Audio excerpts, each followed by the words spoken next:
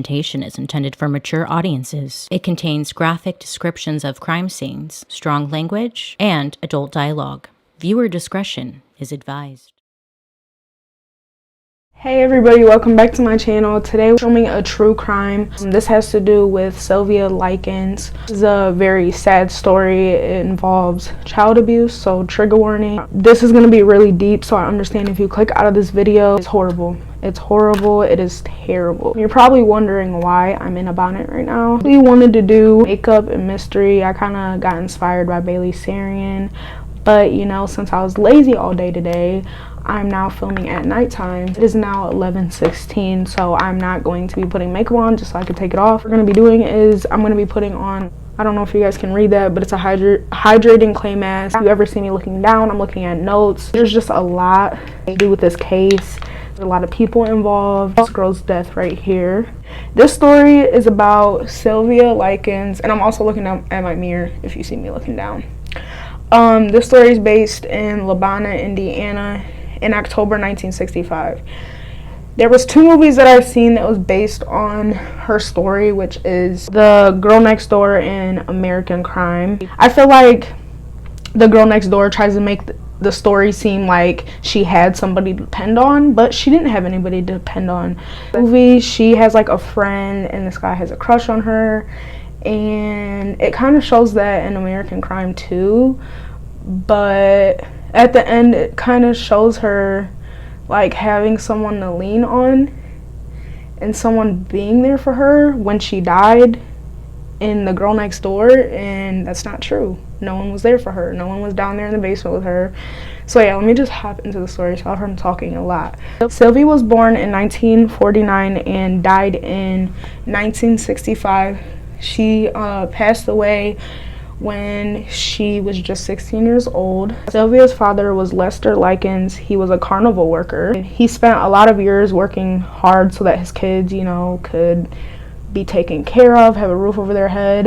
Lester had 5 kids with Elizabeth, also known as Betty. And their kids' names were Deanna, Daniel being the oldest, and Jenny and Benny being the youngest. And the 2 oldest were fraternal twins, and the 2 youngest were fraternal twins. Daniel and Deanna, I'm sorry if I'm messing that up, were the 2 oldest. They were 2 years older than Sylvia. And then the 2 youngest were a year younger than her, Jenny and Benny, and she was the middle child. Lester and Elizabeth's marriage was very unstable. Frequently were moving around place to place. They were going through a lot of financial difficulties. Lester did not like Sylvia and Jenny going with them to the carnivals and working. Like, due to their education and like being in school, they didn't like when they went. What doesn't make sense with me in this story is, okay, so if they're worried about their education, they weren't in school at this time. Like, during carnival season, school's not like fair season. School is not going on, so I'm kind of confused about that aspect in the story. That part doesn't make sense to me, but okay. And what also doesn't make sense to me is why didn't they like, I mean, I understand because of their education, but why did they take the other kids, like the youngest brother, which is closest to Jenny? Why did they take him? Sylvia was friendly, confident, and she was a very lively girl. She was very overprotective of her younger sister Jenny because Jenny had polio. She was suffering from polio, so she had to wear a brace on her leg. Jenny was very, you know, insecure about it, and you know, it was even said that when Sylvia and Jenny would go to the skate park, Sylvia would buckle her sister's one leg into a skate shoe and like hold her hand and skate her around. So Sylvia was just that older sister, you know, that was always taking care of her younger. Sylvia and Jenny became friends with 2 girls, Paula and Stephanie, at school, at Arsenal High School. So Lester arranged that their mom, Gertrude, while the parents worked at the carnival, Lester would go there and pick up the girls from Gertrude's house, and he started talking with Gertrude, basically like complaining about his life. And Gertrude was like, hey, if you let the girls stay here, you just gotta give me $20 a week. Hey, you know what I mean? Everything's fine. Well, the dad allowed that to happen. He didn't see any signs of like she was a bad person and stuff like that. Like everything seemed fine, you know what I mean? Gertrude, let me tell you about her background. Who saw her father pass away when she was just 11 years old. She dropped out of high school at 16 and got married to an 18-year-old boy named John and had 6 children with Gertrude. But they like divorced in the middle of that, and you know, she went through 3 failed marriages. She had a miscarriage. He ended up getting back with her. She had 2 more kids with him, and then, you know, that went down south because she's crazy, is my guess. 7 children, and they were Paula, she was 17, Steph was 15, John was 12, and Marie was 11, and Shirley was 10 years old, and little James was 8, and Dennis was the baby. He was 1 year old, so you know he has no recollection of any of this, but it is said that he thinks his family's sick for that, what they did, and I think it even says he has trauma from that.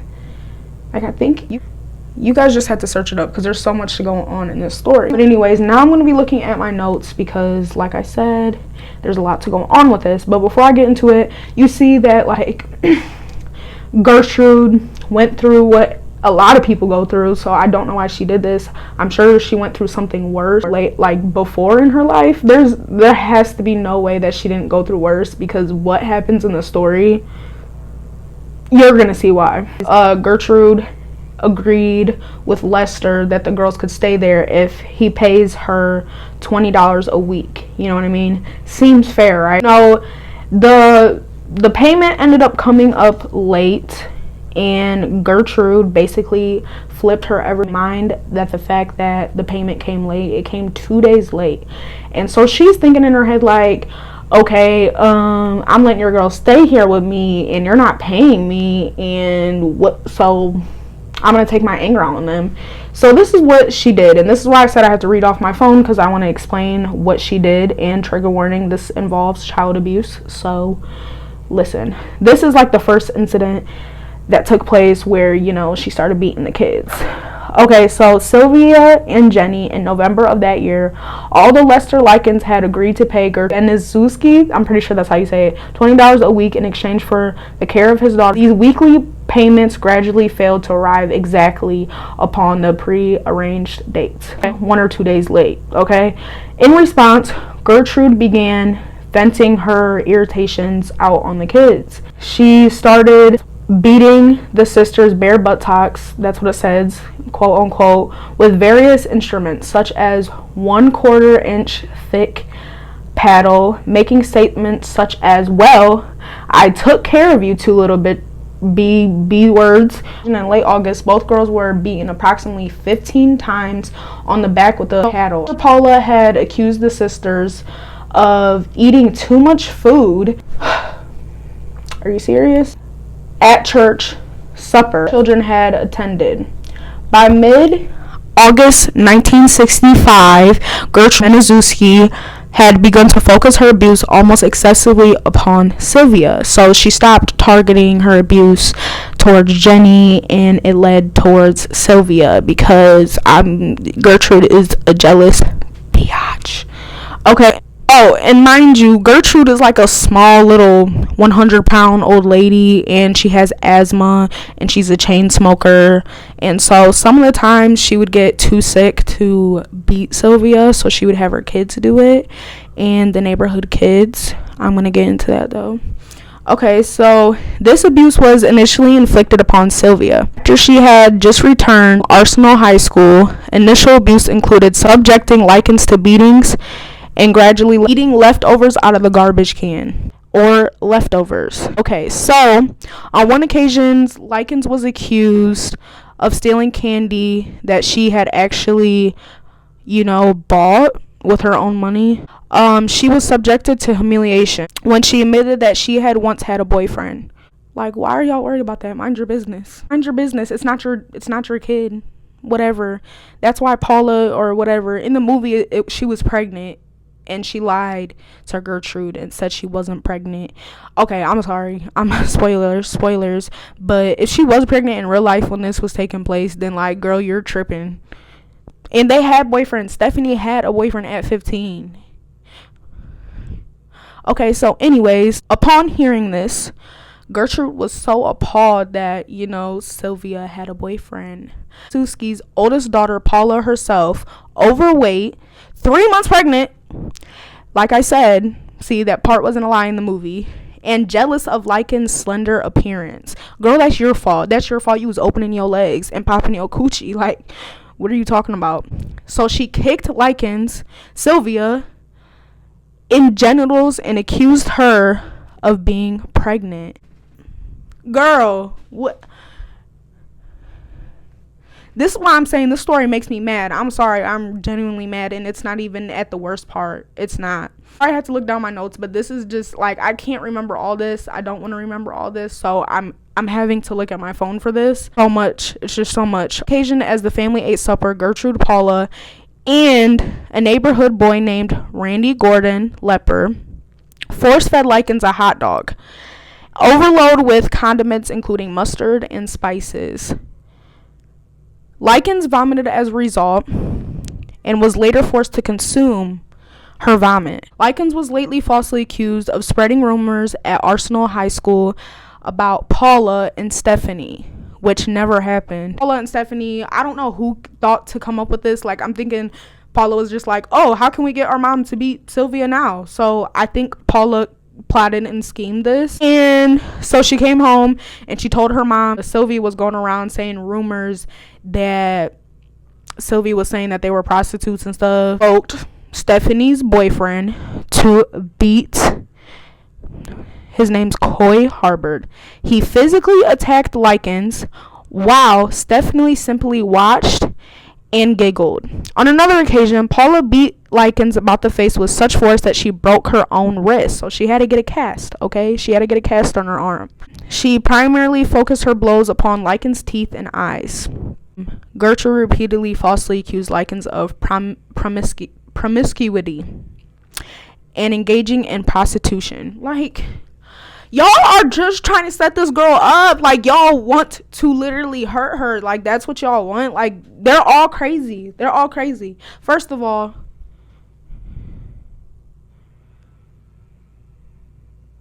I don't, like, what like, I just don't understand. This story pisses me off so much. So then Gertrude, like, delivered misogynistic sermons to Sylvia. Was, like, talking crap to her regarding that Sylvia is, like, filthy and she's a prostitute and just a nasty woman in general, quote unquote. That's what it says. Occasionally forced Jenny to strike her own sister.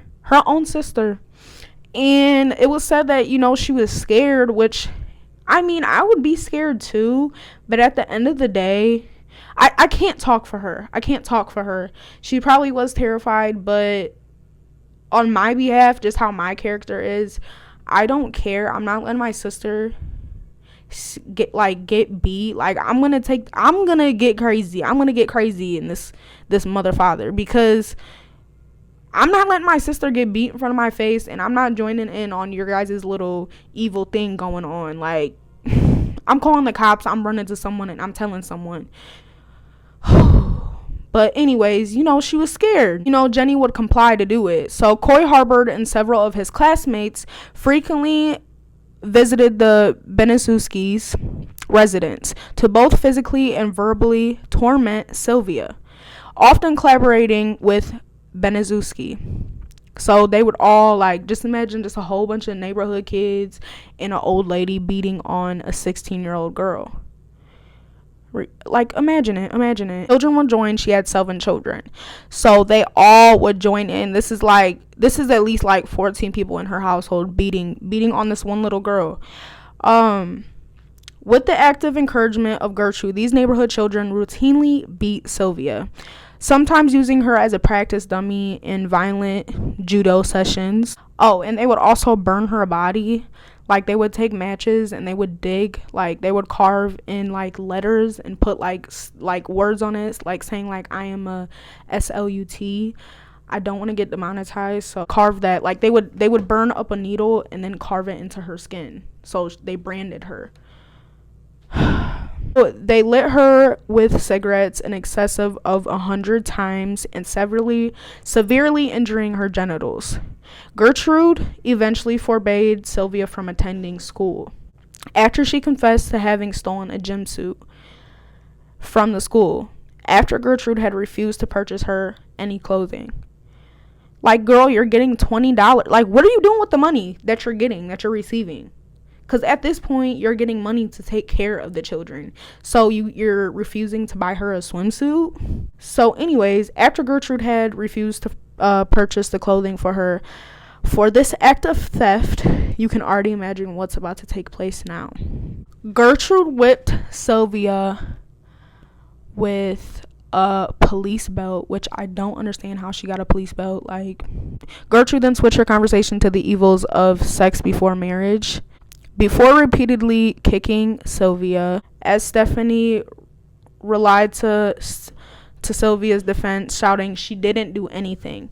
So after seeing, her getting beat, which who knows if that really happened, who knows if Stephanie was like, she didn't even do anything, because whatever. Gertrude then burned Sylvia's fingertips with matches.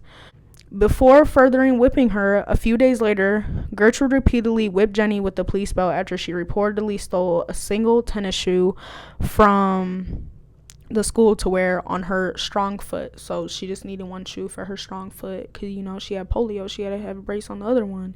But you know what? She didn't get burned.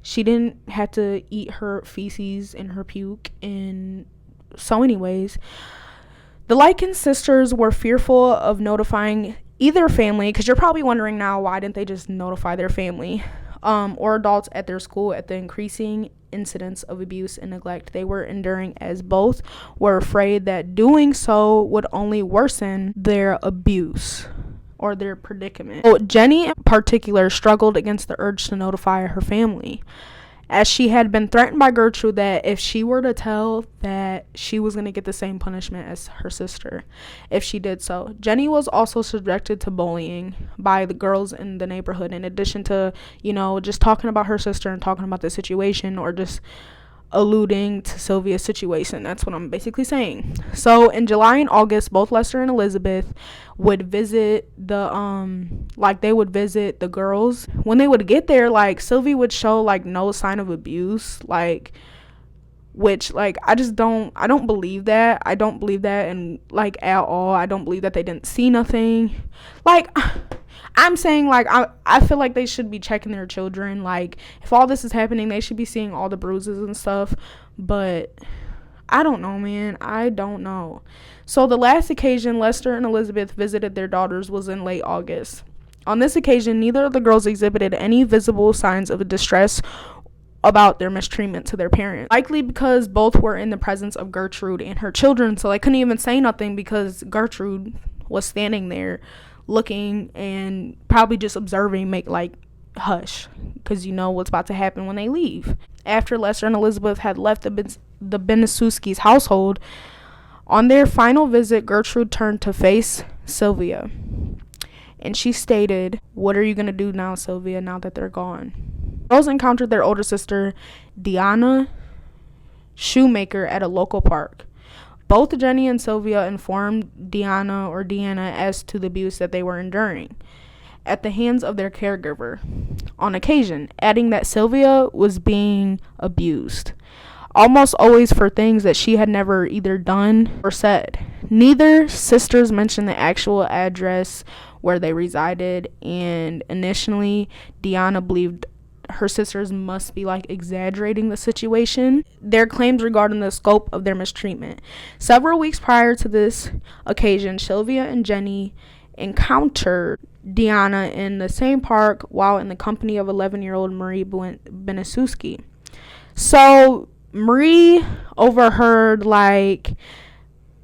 her sisters and her talking. Sylvia had been given a sandwich to eat when she had mentioned to her sister she was hungry. Like, so she told her sister, I'm hungry. Sylvia remained silent about the matter, although Marie revealed this to her family, like trying to get her in trouble. So she told her family that Sylvia said I'm hungry to her sister. And mind you, Marie is 11, so she's clearly trying to start something. Like, they're all trying to start something. Anytime they snitch on Sylvia, that's what they're trying to do. She revealed this to her Gertrude. She then accused Sylvia engaging in gluttony, and if you know that, it's one of the 7 sins before. And she then had Paula choked and bludgeoned her. The pair then subjected Sylvia to scalding bath water to cleanse her skin, like burning hot water, with Gertrude grabbing Sylvia's hair and repeatedly banging her head against the bath to revive her when she fainted. Shortly after this incident, the father of a neighborhood boy named Michael John Monroe, he phoned the high school to anonymously report that the girl has like open sores her entire body. As Sylvia has not attended school for several days, a school nurse visited the house, 3850 New York Street, East New York Street, investigate these claims. Gertrude claimed to the nurse that Sylvia had ran away. She just said she upped and ran away. That's what she said to the nurse. And she was unaware of actual whereabouts, adding that Sylvia was out of control, and that her open sores were a result of Sylvia's refusal to remain a decent personal hygiene. Gertrude further claimed that Sylvia was a bad influence on her own children and her own sister. The school made no further investigations on Sylvia, didn't try to find out where she was at, wasn't trying to check on her welfare, see how everyone failed her. The family of a middle-aged couple initially viewed Gertrude as ideal caregiver. The Likens sisters, and both had visited the Benasuski's residence on 2 occasions when the girls had not been under Gertrude's care. On both occasions, the Vermillions witnessed Paula physically abusing Sylvia, who on both occasions that they went to the house, they seen that Sylvia had a black eye and openly boasting about her mistreatment of the child to them. Upon their second visit, Gertrude's household both observed that Sylvia to appear extremely weak and somewhat like zombified, because she's like malnourished. Nevertheless, the Vermillions never reported Sylvia evident mistreatment to the authorities. Gertrude simply threw Sylvia. Now we're gonna get into the details of the abuse. Gertrude simply threw Likens into the basement and tied her up. Here, Likens was often kept naked, rarely fed, and frequently deprived of water. Occasionally, she would be tied to the railing of the basement stairs in torture rack fashion, with her feet scarcely touching the ground, and locking Sylvia into the basement. Gertrude had increasingly made the habit of abusing and tormenting the child something of a pastime. She thought it was fun. She would occasionally falsely claim to the children in her household that either she herself or one of them had been the recipient of direct insults from Sylvia, in hopes that this would get them into belittling or attacking. On one occasion, Gertrude held a knife and challenged Sylvia to fight me back. That's directly what she said, to which Sylvia replied in response, don't know how to fight. Gertrude inflicted a score wound to Likens' leg. Physical and mental torment such as this was occasionally seized by the Benasuskis to watch their favorite television shows. Neighborhood children were also occasionally charged 5 cents apiece to see the display of Sylvia Likens tied up in the basement. Sylvia's body, and to humiliate, beat, scold, burn, and ultimately mutilate her, with the assistance of her children or their friends, restrained Sylvia before placing her bathtub filled with scalding water before proceeding to rub salt into her wounds. Sylvia screams and pleads for mercy. Her tormentors would regularly place a cloth gag in her mouth as they tortured her. Gertrude and her 12-year-old son John rubbed urine feces from Gertrude's 1-year-old son's diaper into Sylvia's mouth before giving her a cup half filled with water and stating the water was all she would receive for the remainder of the day. John Benisuski tormented Likens by offering to allow her to eat a bowl of soup with her fingers and then quickly taking it away from Sylvia. By this stage, suffering from extreme malnourishment, attempted to eat the food, Gertrude eventually allowed Sylvia to sleep upstairs on the condition that she learned not to wet the bed, because the events were so tragic that she would wet the bed at night. Sylvia whispered to Jenny to secretly give her a glass of water before falling asleep because, they were depriving her of it. So Gertrude discovered that Sylvia had urinated herself. As a punishment, Sylvia was forced to put a empty Coca-Cola bottle up her genitals. In the presence of Benisuski children's, she was forced to do this in front of all the kids, all the neighborhood kids, and her siblings and Gertrude's kids. So just imagine watching your sister do that, and just imagine you letting your kids watch that, and just imagine you being an old ass lady and forcing a 16-year-old girl to do that. Gertrude called Sylvia upstairs to the kitchen. Somehow the conversation got around to tattooing. Gertrude asked Sylvia whether she knew what a tattoo was. She said, "You branded my children, so no, I'm going to brand you." Richard Hobbs testifying as to Gertrude's decision to carve an insult into Sylvia. She began carving the words, "I am a prostitute and I am proud of it," on Sylvia's belly with a hot needle. Gertrude wasn't able to finish the branding. She instructed one of the neighborhood children, 14-year-old Richard Hobbs, to finish etching the words into Likens' flesh as she took Jenny to a nearby grocery store. Both Hobbs and 10-year-old Shirley Benisuski then led Sylvia into the basement, where each proceeded to use an anchor bolt in an attempt to burn the letter S beneath Sylvia's. So they applied one section of the loop backwards, and this deep burn scar would resemble the number 3. Gertrude later taunted Sylvia by claiming she would never be able to get married because she had this brand on her now. So she said, quote unquote, "Sylvia, what are you going to do now? You can't get married now. What are you going to do?" And Sylvia replied, "I guess there's nothing I can do." And carried back to the basement by Coy Harbor later that day, Sylvia was forced to display the carving to neighborhood children with Gertrude, claiming she had received the inscription at a sex party. That night, Sylvia confided to her sister, "Jenny, I know you don't want me to die, but I'm going to die. I can tell it." The following day, Gertrude woke Likens, then forced her to write a letter as she dictated the contents, which were intended to be misled by her parents into believing that their daughter had ran away from Gertrude's residence. The content of this letter was intended to form a group of anonymous local boys for extensively abusing and mutilating Sylvia after she had initially agreed to engage in sexual relationships with them. Before they inflicted the extreme abuse and torture upon her body, after Likens had written the letter, Gertrude finished formulating her plan to have John Jr. and Jenny blindfold Sylvia, then take her to a nearby wooded forest and leave her for dead. After she had finished writing the letter, Sylvia was then again tied to the chair railing and offered crackers to eat. All that she refused, saying, "Give it to the dog. I don't want it." That's what Sylvia said to Gertrude.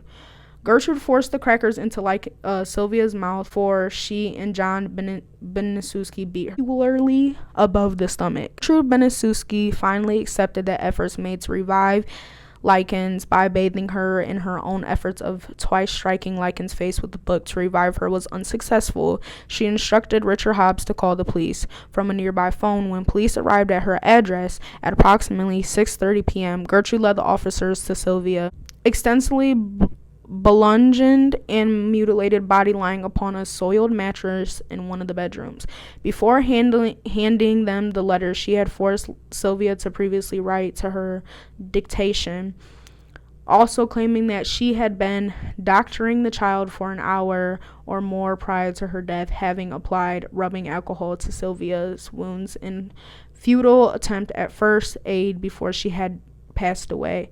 She added that Sylvia had earlier ran away from her home with several teenage boys before returning to her house earlier that afternoon with no clothes on and clutching the note. Sylvia was dead by October 26, 1965, from a brain hemorrhage, shock, and malnutrition. After 3 months of torture and starvation, she could no longer intelligible words, and she could barely move her limbs. When the police came, Gertrude, stuck with her cover story, age 16, was held captive and subjected to increasing levels of child abuse and torture committed over a period of almost 3 months to her caregiver. Gertrude Benisuski, many of Benisuski's children, and several of the neighborhood children before ultimately succumbing to her injuries on October 26. Sylvia attempted to escape from the basement after hearing conversations pertaining to Gertrude planned to abandon her to die. John Benisuski Jr. pertaining to the family's plan to simply abandon her to die, she attempted to flee to the front door, although due to her extensive injuries in general, she was just so weak.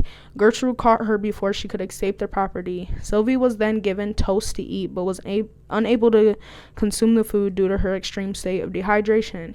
Gertrude forced the toast into her mouth before repeatedly striking her face with the curtain rod until sections of instrument were bent into the right angles. Coy Harbor then took the curtain rod from Gertrude and struck Sylvia one further time, rendering her unconscious, then dragged Sylvia into the basement. That evening, Sylvia desperately attempted to alert neighbors by screaming for help and hitting the walls. The basement with a spade. One immediate neighbor of Benisuski's would later inform the police she had heard the desperate commotion and that she had identified the source as from the basement, but that as the noise had suddenly ceased at approximately 3 a.m., she decided to inform the police about disturbance. By morning of October 26, Sylvia was unable to either speak intelligibly or to correctly coordinate the movement of her limbs. Gertrude did not move Sylvia into the kitchen and, having her propped her back against a wall, attempt to feed her a donut and glass of milk. Although she threw Sylvia to the floor in frustration when Sylvia was unable to correctly move the glass of milk to her lips. She was then returned to the basement. Shortly after, Sylvia became delirious, repeatedly moaning and mumbling. When Paula asked her to recite the English alphabet, Sylvia was unable to recite anything beyond the first 4 letters or to raise herself off the ground in response. Paula verbally threatened her to stand up or she would inflict a long jump upon her. Gertrude then ordered Sylvia, who had fecated, to clean herself. That afternoon, several other tormentors gathered in the basement. Sylvia jerkingly moved her arms in an apparent attempt to point at the faces of the tormentors. She could recognize mocking statements such as, "You're Ricky," like just basically pointing out each one of them, like, "You're him, you're him, you're him." And Gertrude shouted, "Shut up, you know who I am." Minutes later, Sylvia unsuccessfully attempted to bite into a rotten pear she had been given to eat, stating she could feel the looseness in her teeth because when you're malnourished, your teeth do begin to get weak and stuff like that. On hearing this, Jenny replied, "Don't you remember me, Sylvia? Your front tooth was knocked out when you were 7. Jenny then left Sylvia in the basement to perform gardening chores for her neighbors in the hope of earning spending money. In an attempt to wash Sylvia, a laughing John Benisuski sprayed her with a garden hose, brought her to the house that afternoon. Sylvia again desperately attempted to exit the basement, and she collapsed before she could reach the stairs. In response to this effort, Gertrude stamped upon Sylvia's head before standing, and Gertrude stomped on Sylvia's head, staring for several moments. Stephanie then decided to give her a warm soapy bath. Although Sylvia ceased breathing, she could be carried out for the basement. She realized that Sylvia was not breathing.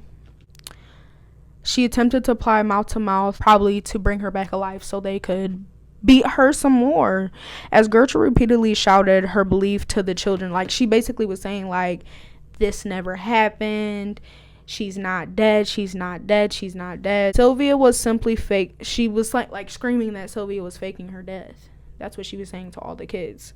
Shortly after, Richard Hobbs returned to the Benasuski residence and immediately proceeded to the basement. He slipped on the wet basement stairs and fell heavily to the floor of the basement to confront with the sight of Stephanie crying and cuddling Sylvia. She was cuddling Sylvia's dead body. Basically, everybody who was involved in this barely got in any trouble, and if they did, it was a short sentence. And they all admitted to what they did on trial, and Gertrude moved somewhere and changed her name. I'm pretty sure Jenny recently just died due to a heart attack. And then her older sister, Deanna, I'm pretty sure she passed away, or I'm not sure. You guys just have to search it up. You guys got to go read about the trial. It's a lot to go into. This story was already heavy enough on me to read. So I hope you guys enjoyed me reading that. I was going to just sit here and research it and tell it like remember the story, but as you can see, there's a lot to remember and know, and so many names and so many people involved. This story just makes me so sad. I hope you guys enjoyed my true crime video. If you guys have any other true crimes or anything like that, just please leave one below. I already do have some planned out. Sorry that my finger's all covered. I'm about to go wash my face off because as you can see, it is done all the way.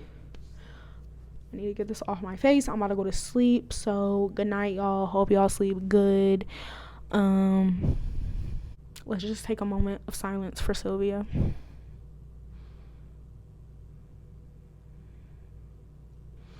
All right, thank you guys. Like, share, and subscribe. All that jazz. Deuces.